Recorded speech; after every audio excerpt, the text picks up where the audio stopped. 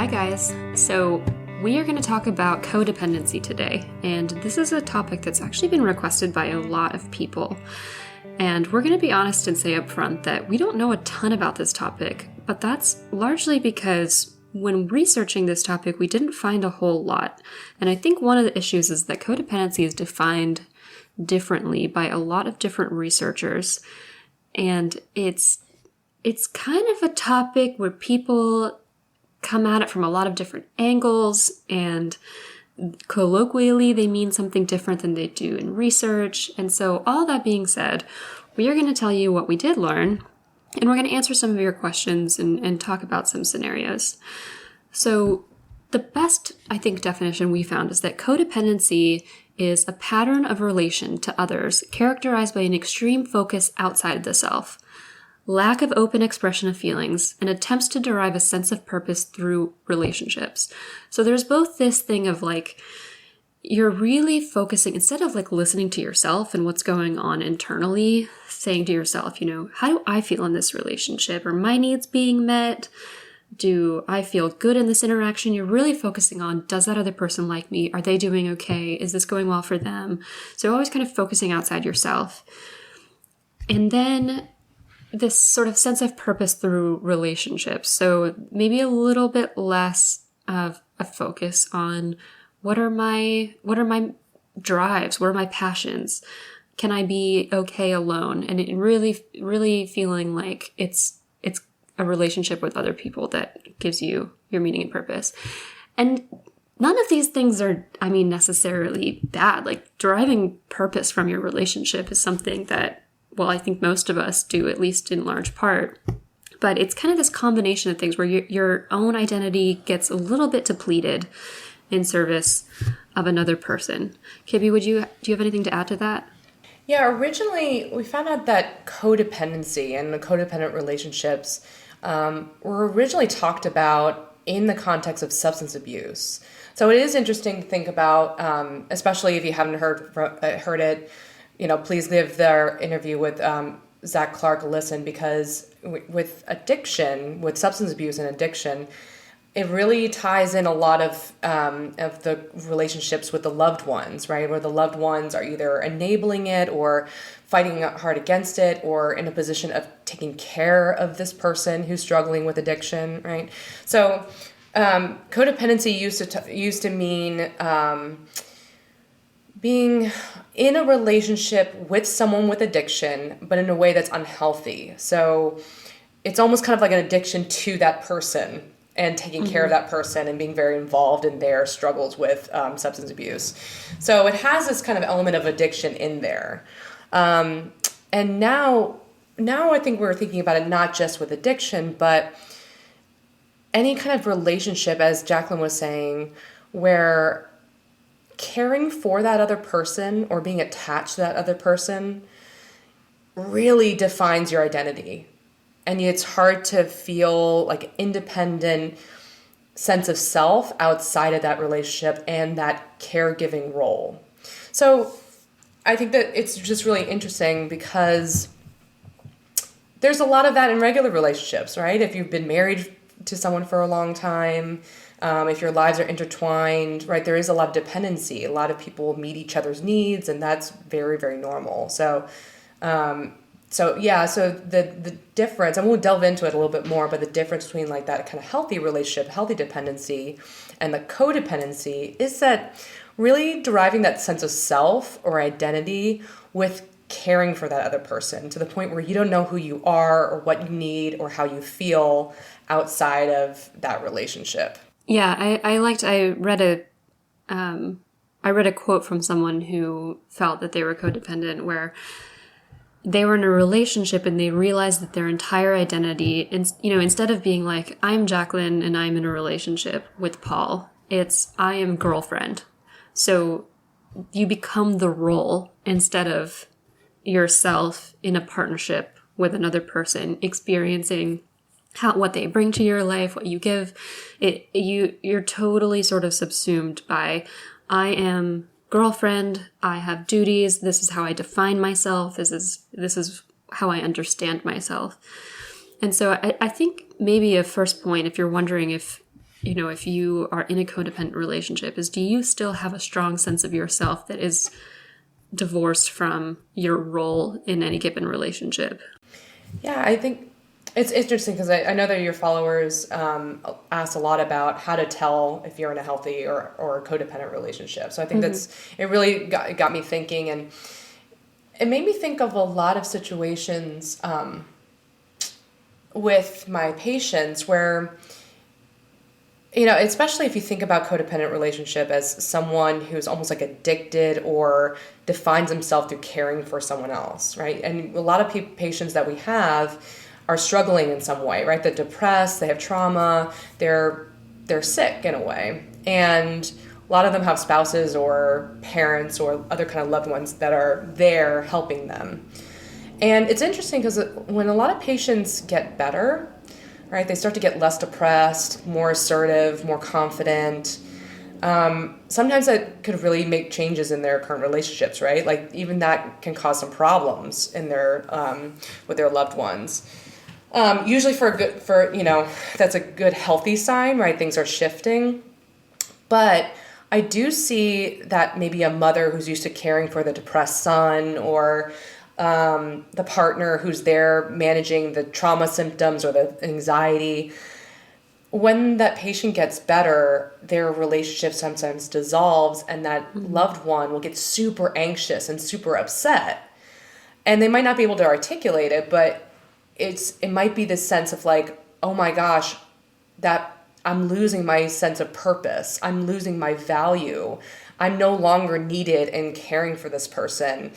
And that could cause a lot of anxiety and a lot of conflict. So if that's the case for you, where you feel like you need to take care of the other person, sometimes there's almost kind of like this attachment to the other person being sick, right? Yeah. And being in a position of needing care, because that's where you derive a lot of your identity and purpose from. So that's the kind of sign that it's going from like a healthy relationship to a codependent one, I'd say.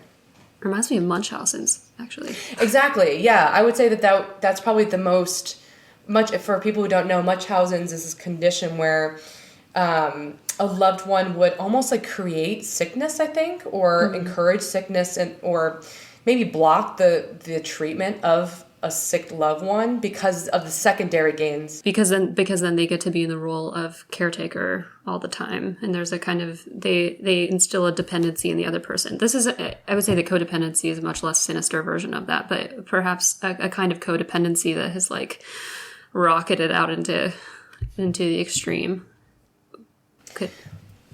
Yeah, and with any kind of trying to figure out if something's healthy or unhealthy, I always think about whether things can adapt and evolve. Mm-hmm. And if they can't, that's kind of a sign of dysfunction. For example, as I said, a lot of relationships do have some dependency, right? Like, and even deriving identity from it. Like, I'm a nurse, I take care of people. I'm a mother, I take care of my children. But I have seen this too, actually, where if there's codependency, a mother who, she puts a lot into her children, she derives a sense of purpose from it, but eventually those kids grow up, become adolescents, rebel, go to college, right? There's a natural progression where the caretaking is less needed as the kid grows up and there's more independence from the kid. But there's some mothers who, and it's healthy for mothers to allow that to happen, to have that sense of identity through being a mother, but then having that evolve naturally when the kid grows up and goes to college, right? Or gets a spouse. But a codependent mother-child relationship could look like the mother tries to block a lot of that independence and growth, so that she can continue to feel needed, so she can continue to feel that sense of value and purpose and identity through being a mother, which can be unhealthy, right? Yeah, I like the distinction you make about is it adaptable or flexible, because I don't want anybody to leave this podcast thinking that it's a bad thing to care for other people or to have your identity be a helper, a healer, a carer. Those are all wonderful. That would just be hypocritical of us to say. Come on. And it's not that people do this necessarily even on purpose. It might be an automatic process. Like it's just that for some people who get really codependent, it's like, if I'm codependent and my identity is so fused with, being needed, then I might sort of automatically encourage that dependence in other people by, if you're the mother, your child leaves for college, encouraging them to bring their laundry home, or sort of needing them to be near, not letting them move for a job without guilting them intensely, or I don't know. Would you say those are reasonable examples? Yeah, and I think that there's a spectrum, right? Because I can imagine a lot of mothers would do that, and feel really attached. But if it's for the sake of like preserving their sense of self, I think that has another connotation to it. For example, I've worked with people who are in the helping profession, like a clinician in some way, and if their whole identity is wrapped around being a helper in that way, they might end up, I've seen this before, they might end up dating people who are sick and, they have a lot of issues, they're come from traumatized backgrounds or something where the person is really struggling. And then that someone who identifies as a helper just ends up in relationships with them a lot because they feel like I could be useful here. I can get love and connection with this person through being helpful and useful. And I think this kind of brings us to another aspect of codependency, and we've already illustrated it, but there's this really interesting, almost paradoxical thing that happens where you're both kind of giving so much of yourself and sacrificing so much to the other, but then there's this element of controlling the other because you need to maintain this dynamic of dependency. And so kind of look at yourself, like there might be a lot that you're sacrificing, a lot that you're not paying attention to your own feelings for someone else, but then that can create a dynamic where you're actually unconsciously controlling the other person. And so, and that's been illustrated, I think, in what we just said, which is not letting them grow up, not letting them leave in certain ways. And then the other part is that there's this lack of open expression of feelings. So you might have struggles communicating honestly, having conflict. Conflict is sometimes necessary, when your needs are being impinged upon, or just when you want to have an honest relationship with another person, communicating how you really feel. And so that's another big aspect of codependency, where you're just sort of not communicating how you truly feel. Yeah, it can seem like, I see this with patients all the time, where even if I ask these patients, like, how are you doing? Like, how are you feeling about this conflict or the situation with your boyfriend, girlfriend, whatever, and they answer with only what the other person thinks or feels, or only what they want, or how to get them to attack. It's wholly focused on that other person and how to satisfy their needs or support them or care for them. If that external focus is so strong, it's really hard to have a sense of self of like, wait, what do I need? Mm-hmm. Oh, that might be different from what that person needs. Okay, and it's treating it like it's not an equal relationship, but it's all about that one way type of care. Okay, so we've been talking about codependency the way it's written in the research. I think a lot of people use it differently colloquially. They might be thinking like, oh, my partner and I, we're pretty enmeshed. We do everything together. We depend on each other. And that's a pretty different phenomenon. And I mean, one person asked, for instance, is it okay for there to be some codependency in a relationship? And I think both of us would say absolutely. A relationship is in some sense codependent. It means that there is a person there to support you and for you to spend a lot of time with and to build a life with. And if there's no codependency, then, you're leading totally independent lives, perhaps under the same roof. But, if you have a child with someone, it's difficult not to depend on the other person. And so I think there might be a breakdown in how we're communicating when we use the word codependent. I think even people will throw that word around when they mean an unhealthy relationship that they have a hard time getting out of, I think I've heard that before, where really what they're describing is you really, really want to get out of the relationship, but people break up a lot, but they keep coming back together and they're very fused together and very, and it could be a tumultuous relationship, that people sometimes say, oh, I'm codependent. So, I mean, there's nothing wrong with that. It just helps us to know what exactly a codependent relationship is and when to spot it. Yeah, I mean, because what could be going on if you're unable to leave a relationship could be so many different things. It could be that you haven't given up hope. It could be that I had 1,000 breakups with my narcissist ex-boyfriend, but that was certainly not a codependent relationship. It could be because you're in different stages of your life. Like, there are so many reasons why there could be push and pull in a relationship and a lot of breakups. But codependency, as we've defined it, is a fairly specific thing.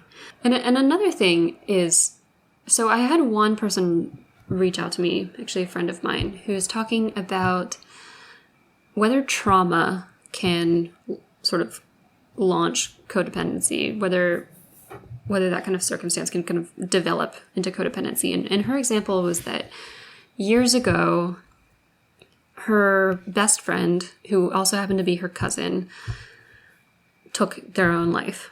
And this resulted in both her family and friend group reacting quite strongly. Obviously, suicide, you're not like that changes things. That changes dynamics, family dynamics.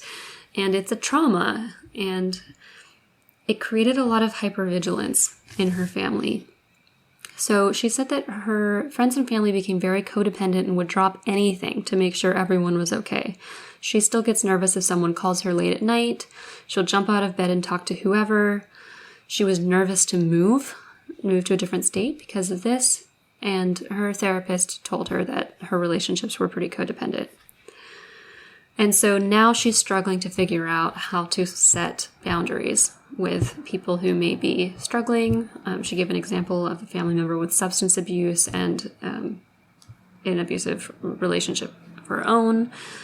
And so it's kind of like, can codependent, like, what do you do when there's been a very real threat or a very real trauma that is now causing a lot of hypervigilance? And is that codependency, and what do you do with that? Kimmy, do you have any comments? I think that's a pretty good example, because the research on codependency shows that a lot of people who are in a codependent relationship have a trauma history. They've been abandoned, they've had a loss, they've been abused, right? Where having individual people being in a healthy relationship was like hard to come by, or not what they experienced. So having a huge loss like that, I can understand that then people might lose their sense of self and just really focus on taking care of another person, right? Especially to keep that attachment, to prevent that loss. So, what I hear in her story is that there's a lot of rigidity, right? There's a lot of compulsion around needing to move in, needing to be close, needing to take care of someone and drop everything in order to take care of that person's needs, right? And like more healthy relationships, certainly that's there, but it's flexible, right? Like if someone asks you that for help and you really can at that moment, you have to figure out what's your priority in the moment. It's okay that sometimes you're in a caring role, sometimes you're not, right? There's more flexibility, but having that kind of compulsive, almost like addiction to each other and helping each other, that rings to me like a little bit more codependency. Yeah, it's interesting because I think that there are similarities and differences to what we're classically kind of calling codependency. It's true that codependency often results from, attachment problems early on, or from some sort of trauma, or from a relationship that was extremely chaotic. It's interesting for her. I mean, it sounds like she had normal relationships before this happened, and this loss occurred, which almost made her sense of self and her independence less important than preventing another loss. And so she's been, well, at least I think if I'm imagining myself in her shoes, it's like I will sort of put myself aside because this loss was so profound and so horrible that it's not worth attending to my own needs if that means risking this experience, like repeating this experience. Yeah, in terms of her question of, what do you do now? What should she do? How to set her limits? I'm almost just picturing what I'd do if she were my patient, right? And I'm working with her. I think to figure out, this goes for anything we talk about here, to figure out if something is a healthy, dependent, supportive relationship versus unhealthy is I would ask her, like, what are your values? Like, you could go back to our values clarification episode, but like, what are your values? What do you care about? What would be a full life to you, right? What jobs would you get? What places, where would you live? Who would you, how much would you see your friends? Who are your friends, right? So if it's unhealthy, I'd say, are you living in line with those values? And if the patient says, no, I haven't actually done a lot of the things or been with a lot of the people that I really want to, and I'm unhappy about it, then I'd say that's unhealthy, right? It's like all of these things that we're talking about becomes mental health issue if people feel distressed and don't feel like they're living their full life, right? They feel like their quality of life is getting damaged or is less with this because of this relationship, right? So we'd start there, like, is this really limiting the life you want to live? And then even working through that about learning her own boundaries or knowing when to say no or to go in and help. I would do a lot of, what people in codependent relationships don't do, which is really starting to connect back to your own feelings and your own needs, right? And especially people, when I get patients like this, I say, like, wait, okay, we talked a lot about your boyfriend and what he wants and, what he needs and how he can meet them. But when he said those things, how did you feel? Like, what did you feel? What went through your head?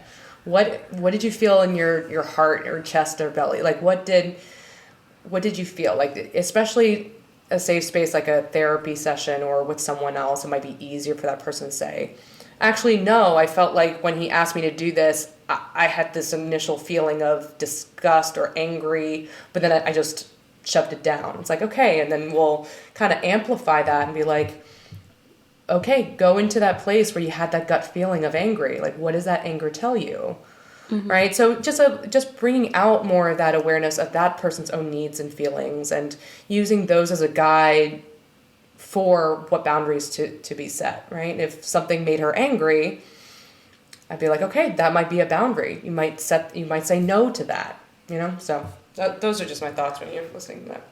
Yeah, the number one common denominator for my patients is that they do not listen to themselves, or they sacrifice listening to themselves to listen to other people, and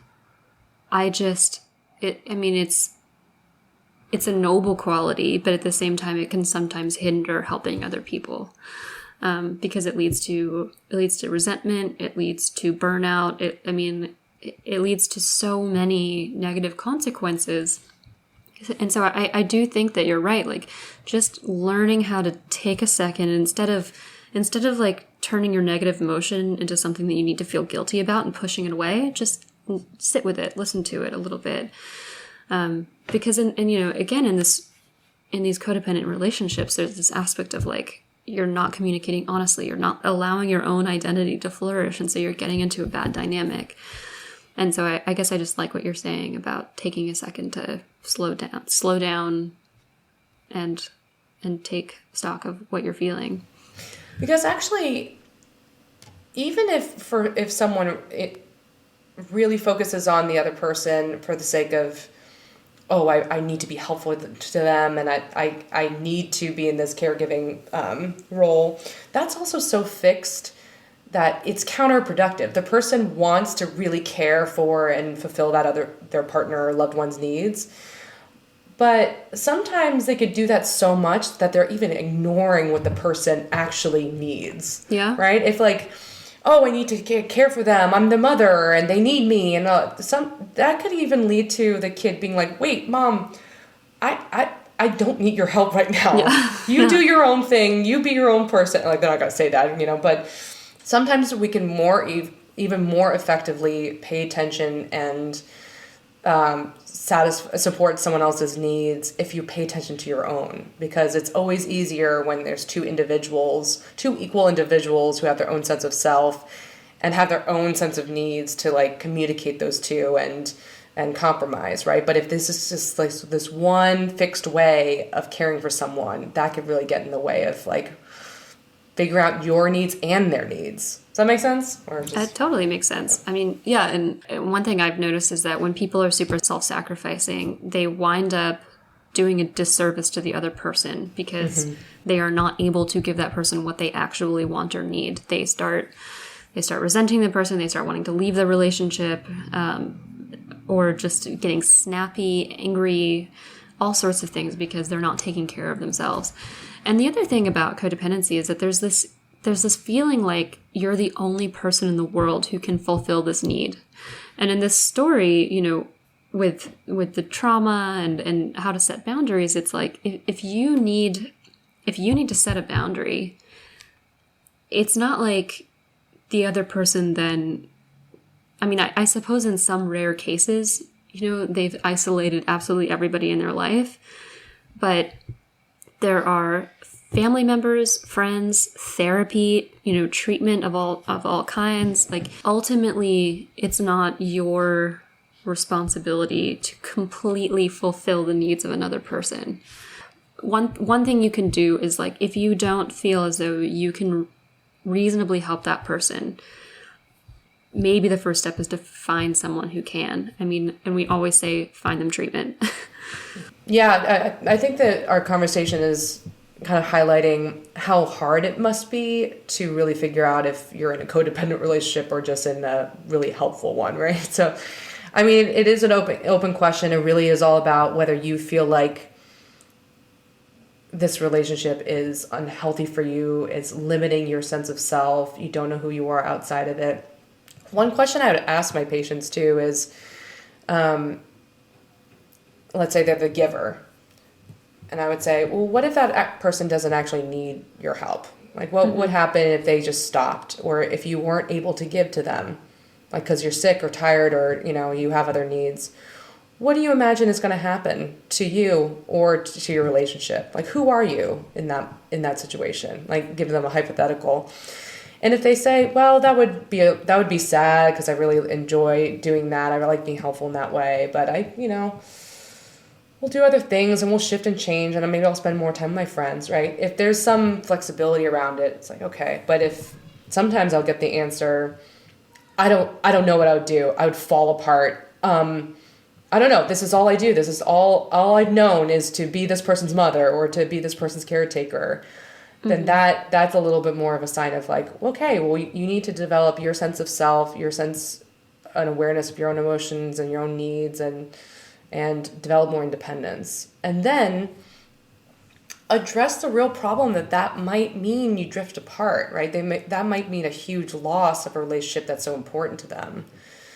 So talking about, understanding and grieving that loss, but also thinking about the things they would gain, which is maybe a healthier relationship, maybe a connection to that loved one that's not just based on caretaking and codependency, but one that's more equal and loving for other things and not so attached to this one way of seeing this relationship. So, do you have advice on how you would tell someone to start gaining independence or how to start disentangling themselves? I think a lot of people are so stuck in this pattern. It's like, well, how do I disentangle myself from this in the first place? Yeah, I was thinking of like, what would I say? What have I said to patients who are the givers, and which ones are the ones who are the receivers in some way? The people who are codependent to like helping their loved one. I would, the thing that I say is like really go on the motivation and say, if you really care about this person and you really care about supporting them, let's figure out a way to do it better. Right? And I think the way to do it better is, find a way to have your own footing, realize your own needs, take care of your own needs, to kind of take the pressure off of them. And then once you have a little bit more independence, then you could really probably take care of them better. You probably listen to them better. They will probably benefit from a little bit of that space, a little bit of independence on them themselves. Like what I would tell a mother is, if you want such good things for your children, you want them to grow up, you want them to be independent, maybe back off a little bit. Just let them deal with their own problems, right? And actually that will probably benefit your relationship because they feel like they have that independence and they appreciate that. And so they might be closer in the long run. So I kind of default on that. But for the people who are in codependent relationships, but they're more like receiving the care, that's a little harder because sometimes the conversation is, sometimes I ask, are you afraid of anything if you get better, right? If you improve, start to get less depressed, what do you think happens to the relationship? Get less dependent on them. They say, yeah, maybe I might not need that person, and that's really sad because that would be a loss. So I do say, maybe find ways to satisfy that need outside of that relationship, learn how to take care of yourself, not be so dependent, so that you can really figure out how to connect to that person beyond just the dependency. Yeah. Okay, well, I think we had a questionnaire to share with you all. Kibby, take it away again.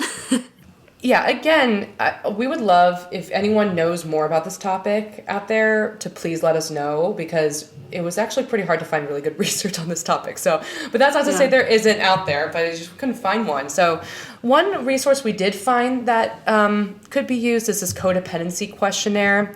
It's called the Codependency, based on the Codependency Inventory. It's like a research tool that was developed a couple years ago. We'll post it on the website. And if you're wondering if you're in a codependent relationship, just take a look at the questionnaire. Maybe, it's a true or false. They have a couple statements and you answer true or false. And I will say that it does have its limitations. When I was reading some of the questions, it's like, at times I'm unsure about how I feel. Well, if you circle yes to just that one, it doesn't mean you're necessarily in a codependent relationship. But I think if you answer yes to all of them, it's more like a combination of all of the items, right? Because they ask questions about like, how do you feel about your relationship? How do you feel about your own needs? What do you do with your vacation time, right? So it's really like if you say yes to all of them, or enough of them, where you're like, oh, the general picture of my relationship and my life is a little bit more codependent. I think that's what this questionnaire might be useful for. But just take a look at it and let it. And as always, this is not a diagnosis. It's like a point on a compass. It's just if you score really highly on this, it's just something to think about. Well, thanks for tuning in. Next week, we are going to do an episode that we are super stoked about. We are going to be talking about psychedelics and their impact on mental health. And my boyfriend will be the guest. He'll talk about his own personal experience and the research going on. So please tune in next week, and we will see you then. By accessing this podcast, I acknowledge that the hosts of this podcast make no warranty, guarantee, or representation as to the accuracy or sufficiency of the information featured in this podcast. The information, opinions, and recommendations presented in this podcast are for general information only, and any reliance on the information provided in this podcast is done at your own risk. This podcast and any and all content or services available on or through this podcast are provided for general, non-commercial informational purposes only and do not constitute the practice of medical or any other professional judgment, advice, diagnosis, or treatment, and should not be considered or used as a substitute for the independent professional judgment, advice, diagnosis, or treatment of a duly licensed and qualified healthcare provider. In case of a medical emergency, you should immediately call 911. The hosts do not endorse, approve, recommend, or certify any information, product, process, service, or organization presented or mentioned in this podcast, and information from this podcast should not be referenced in any way to imply such approval or endorsement.